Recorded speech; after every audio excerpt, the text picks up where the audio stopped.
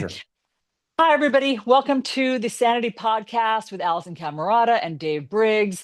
We wanted to jump on really quickly tonight because of what just happened in at the White House with President Volodymyr Zelensky and President Trump and Vice President Vance. And we're joined by Ian Bremmer. Ian, thank you so much for joining us because this was just such a shockwave that was sent throughout. I mean, the world, really, it sounds like, Yeah. with all of the Yeah. commentators saying they've never seen anything like it. What was your take? Probably the worst day for the world since 9/11.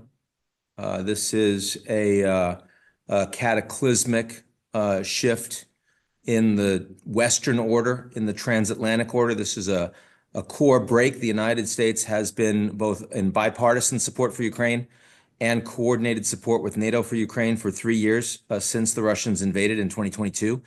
And this break has led Trump to really decisively tell the Ukrainians, the Europeans, as well as his own party and the Democrats, I'm sorry, we're actually going to work with the Russians and Ukraine, we're going to cut a deal over your heads. That is an extraordinary thing for the United States to say. And of course, America's allies in Europe, with the exception of Viktor Orban, are overwhelmingly coming out publicly and saying, no, they're not with Trump.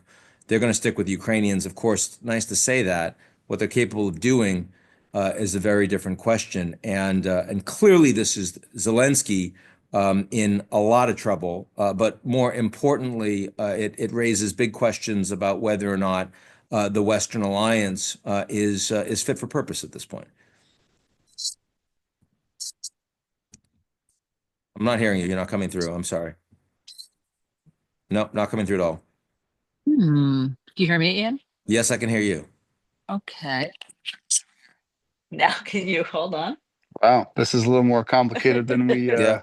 Now now I you can can hear hear you, me? Allison. Talk, Allison. Wait a minute. Why can't I get this Yep, in? I can hear Okay. you and I can hear Dave now. Okay, that's so Okay, there weird. we How go. And we bizarre. will edit Okay. we will edit that together. Yes, This sir. is being celebrated by the Kremlin at the moment on X, but Ian, it probably doesn't surprise you to hear this is being celebrated by Trump supporters. I posted it on social media and the reaction was split. Trump supporters were celebrating this because they see a strong man defending the United States and they see Vladimir Zelensky having overplayed his hand and not been deferential enough to the United States. Your reaction? The United States has a lot of support for ending wars. The United States spent trillions of dollars in a failed war in Afghanistan, trillions of dollars in a failed war in Iraq, and Trump has opposed this war in Ukraine and has wanted to end it. And Americans are not fighting and dying in this war, but they are spending a lot of money.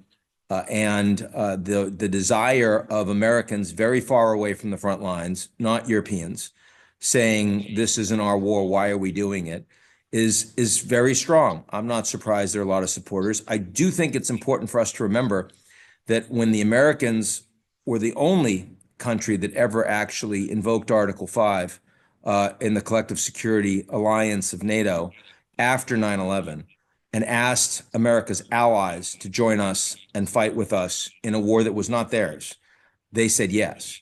And they fought with the Americans for 20 years. And we ended the war. And we ended the war without asking our allies how they felt about that. And so, I mean, you can understand that American allies across Europe right now and Canada are looking at the United States and saying, we do not feel like we have a trusted ally in the United States. We do not feel like we have a collective security agreement that we can count on. I felt that way when I was in Munich at the security conference watching Vice President Vance just a couple weeks ago. I certainly felt that way watching Trump, Vance, and Zelensky in the White House earlier today. Ian, as you know, President Trump has always been very partial to Vladimir Putin. He also said that he exchanged love letters with Kim Jong-un. He likes Viktor Orban, or publicly has lauded the way he's led with an iron fist. Is there any, in his fantastical, if I mean, maybe this is a fantastical question, is there any benefit for the US for rearranging this and becoming allied with those countries instead of our allies? It's not clear to me that Trump in his first term was so set on a Russia relationship. I mean, Trump's the guy. His administration provided the Javelin anti-tank missiles to the Ukrainians. Obama refused to do that. He thought it was too risky. He was the guy that put additional sanctions on a lot of Russian oligarchs that were close to Putin, like Oleg Deripaska. Obama didn't do it, thought it was too risky. Now, you can say that wasn't Trump, that was members of his cabinet. True, but he's president. He allowed it to happen.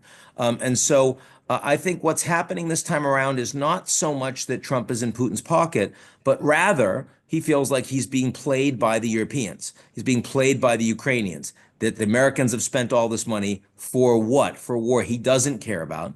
And therefore, by cutting a deal with the Russians over the heads of American allies, he can stop spending the money. And he campaigned on that in part, and he's going to make good on that campaign promise. Now, what did the Americans get out of ending a war in Ukraine? Well, they stopped paying for the war in Ukraine.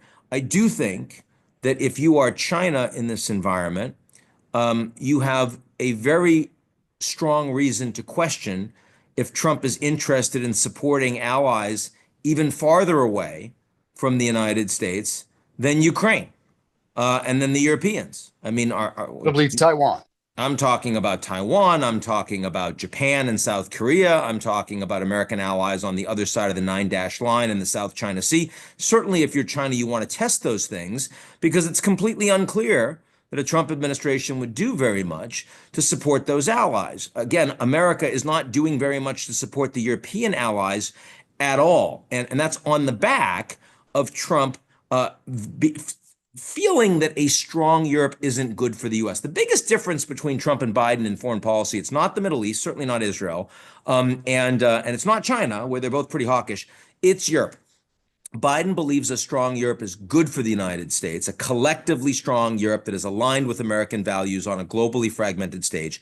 Trump believes that a strong Europe is bad for the United States. They have more bargaining power together. They take advantage of the Americans. We'd rather them be fragmented. We'd rather them be individual countries we can negotiate with. And he also believes, and so does Elon, and so does JD, that the Europeans are one electoral cycle behind the Americans in electing their own Trumps.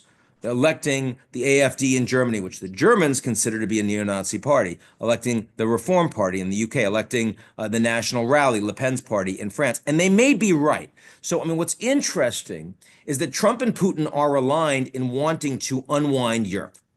And if Trump does this deal with Russia, and if the Europeans are incapable of really coming together, then the likelihood that Trump is right and that the EU falls apart and elects over the next 3-4 years all of these Trumpian leaders is actually greater. And that's why when I say I think this is really a shift in the global order, it's less about Ukraine, which is a tragic, tragic thing and a horrible thing to see, but ultimately only matters so much globally. But if the transatlantic alliance falls apart, of course, that is, if the EU falls apart, this is core to Western values, rule of law, democracy, things that at least historically the Americans used to stand for. What does today mean for the Russia-Ukraine war? It means that the Americans are much less likely to provide ongoing military support for Ukraine, period. It means the Americans are much less likely to backstop Europeans thinking about putting boots on the ground in the aftermath of a ceasefire in Ukraine, period. It makes it much more likely that Zelensky isn't going to last very long. And the likelihood that the Americans and Russians do a deal, a broader deal that includes Ukraine, but also normalizes relations, increases economic engagement, restarts arms control talks, all of that, and that the Europeans aren't a part of it, that becomes much more likely as a consequence of today's meeting. And about the dynamics there in that meeting at the White House, it seemed to turn. Trump seemed to get kind of ignited when Vice President Vance said, "And you've never thanked us. You don't," to President Zelensky, and basically you're an ingrate, is what the message was, and that is very triggering for Donald Trump because. Yeah, I mean, well, yes, but also for Trump because he hates ingrates and he likes to be thought of as, quite generous. So, is that true? Hasn't Zelensky? I think it's more triggering for Zelensky. I understand that we only care about it being triggering for Trump, and I'm not saying you do, Allison, but I mean more broadly because he's the most powerful president, and it's all about power now. It's not about values. It's not about territorial integrity. But the fact of the matter is that the Ukrainian people suffered a famine, and had millions of their people killed because of Stalin, because of living under Soviet rule. And now the Russians have invaded them and they are fighting. Americans aren't fighting. They're fighting. They're losing their young men on the fight in the front lines. And they're getting their cities bombed every day. And they're standing up against a Russian war criminal. And the United States used to stand up for people like that, used to stand up for territorial integrity. And under Trump, we don't. And so I think that it was incredibly triggering for Zelensky to have the Americans tell him after 3 years of fighting. And when we offered Zelensky to take him out of Ukraine because we thought he was going to lose his country and save him and get him a plane, he said, no, I need ammunition, not a ride. Right? I mean, this guy's put everything on the line when, I mean, Trump wouldn't even serve in Vietnam. Right? I mean, he found a way to get out. This guy's actually been protecting his country. He's been leading from the front. So it was very triggering for Zelensky, and Zelensky shouldn't have been baited by J.D. Vance. He shouldn't have taken the bait. It was an incredibly dangerous thing to do. But emotionally, it was clear that this was very triggering for a guy that's not getting much sleep. He's doing everything he can around the world to try to keep his country intact and get the support to allow them to continue to fight against a much more powerful, much bigger, much more populous Russia. Not to mention the fact that they're even throwing North Koreans at the front lines, right? And so it was, I think if it was triggering for anyone, I mean, I'm sorry that, Trump is so brittle that he gets triggered by someone like the Ukrainian president. But the fact is it was triggering for the Ukrainian president, and the rest of the world cares about that. The rest of the world has been, even though they don't like the fact that we're focusing on white Europeans as opposed to Sudan, where a lot more people are dying, or the DRC, or Gaza, the fact is that at every vote on territorial integrity in Ukraine, the vast majority of countries around the world, including the global South, voted with Ukraine and with the United States. And now the Americans are saying, no, we're voting with Russia, with North Korea, with Belarus, with Syria, with Sudan. That's who the Americans who founded the United Nations in 1945 on the basis of a UN charter that we fucking wrote, that we are doing. And that is unacceptable as an American who feels patriotically about my country. Final question, and you mentioned Gaza, another hot spot, and I'm sure you saw which has generated video that President Trump posted on social media showing Trump Gaza, showing a golden Trump statue and Bibi and Trump sipping cocktails on the beach in Gaza. Your reaction to it, and is there anything stopping the president from what he clearly wants to do, which is put up condos in the Gaza Strip? Of course. Which is, I mean, that's fanciful, and none of America's allies on the ground are prepared to support it. Trump said that he was going to take over Gaza on American authority and that all the Palestinians were going to leave voluntarily. None of that was remotely possible. The Jordanians, the Egyptians, the Saudis, the Emiratis, and others have all said that's not the plan. We will come up with a plan where the Palestinians living in Gaza will stay in Gaza and we will rebuild it. Trump will take that as a win because they'll be doing the security and they'll be doing the governance and they'll be spending most of the money.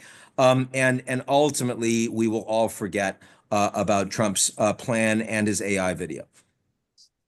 Ian, we could not have known all of this without you. Thank you so much for jumping on and joining us in this, as you say, incredibly cataclysmic moment for the world. And thanks for all the context and being a great friend. And come see us. Good to see you guys. Good to see you guys. Okay.